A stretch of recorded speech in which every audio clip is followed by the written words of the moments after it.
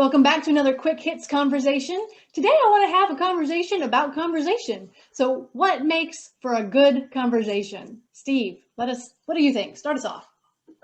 What a meaty conversation to be having. I think engagement. We've spoken in the past about being engaged in the conversation, and being self-aware would be the two factors that I'd pitch in. First of all, there's a lot more, and I'm sure the three of you will have other ideas or additional ideas. But I think that you have to first of all decide you're going to be engaged. The topic has to be something that you have some connection with. And you have to be acutely aware of what other people are saying in order for the conversation to be in the least bit effective. Yeah, I think it's a really important point. Is for me, I've learned probably the hard way over the years that good conversations are much more about listening than they are speaking. And listening means way more than just what's going in here. There's kind of a lot of non-verbal stuff happening. When I say I've learned that the hard way, it's because sometimes I have this kind of excitable Tigger-like tendency if a conversation is really interesting to me, where I'm like, ooh, I need to tell them this thing that's just come to mind, which can kind of dominate things a little bit or get in the way of me really listening to what's coming back from other people that I'm talking to. Mm-hmm. Yeah. Yeah. There's a lot of give and take in a good conversation, and you have to be willing to come out of a conversation with a slightly different perspective than you went into it. Because otherwise you're just kind of pitching people, and that's no fun. You want to learn, you want to grow, and you want to ask questions, and that's what makes it interesting. That is an incredibly important point, because we'll all go in with our own our personal biases, our personal positions into a conversation that we're interested in. And we have to, if it's going to be anything, if it's going to be entertaining or enlivening or effective or productive in any way, we have to be prepared to change our viewpoint. So change our bias. If we just say, here I am and this is me and this is my argument, and you never shift from that, what's the point of having the conversation? Right, yeah. So how much of it is the ability to read the other people engaged in the conversation? My sister and I talk about this sometimes because we're from a very large family. And so we have a tendency to do what we call asides in conversations, where someone will be talking and we'll insert something that's like 6 words long, just really short. And we don't want them to stop talking. They keep talking. I'm just going to insert this right here. And a lot of people can't do that. Especially on Zoom, it's hard. So how much of it is the ability to read the other person and if they're engaged in the conversation?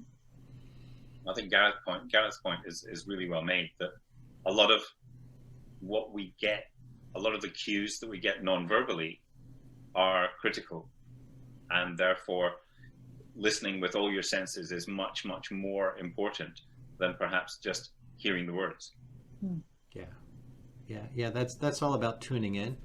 Yeah. And picking up the subtle cues in terms of whether they're engaged or not, and whether you should continue having a conversation if it's productive for them. That's very hard on Zoom, I find. Much harder than in person, because you're missing so much of the nonverbal communication.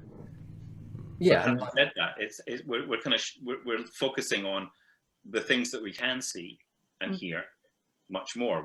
It's like the guy who loses his sight and his hearing becomes improved, or that sort of sensory deprivation, allowing the other senses to come to the fore. Maybe. Yeah, I think it's a really interesting point, because with say Zoom and similar platforms, I noticed there's this tendency to kind of wait turns. It almost, I wouldn't describe it as formal necessarily, but there's this kind of sequencing thing happening, which occasionally doesn't work fully. Like a moment ago when Steve hadn't quite finished and I went, there's occasionally we'll trip over each other, but I find it's a lot more almost deferential. Like I'll let you finish your bit and then I'll wait for the natural pause so I can say my thing. Right. Well, part of that is because on Zoom, if more than one person talks at once, you can't hear it. Whereas if you're in a room together, I don't know about how it is for you guys, but if I'm in a room, I can hear multiple conversations and insert into different ones. On Zoom, that's not a thing. Yeah, that's very true.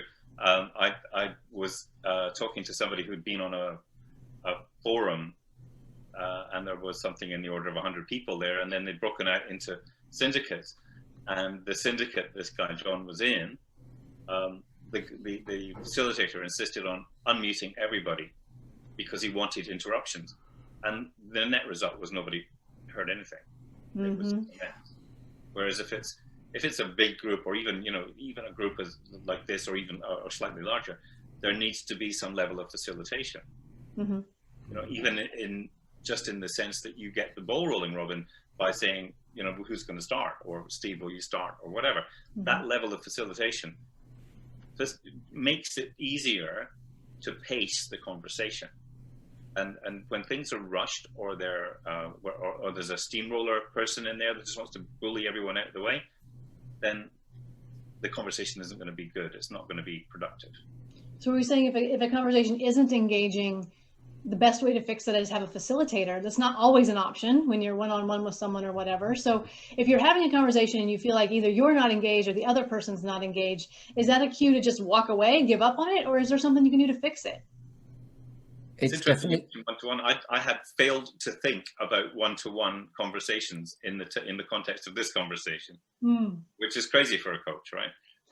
But in a one-to-one situation, the level of engagement, you can see when people want to interrupt, when they want to speak, when they want to hit you. You can see the language going on, and therefore, because you're focused on that one person. Whereas if it's a bigger group, it's harder. Gareth.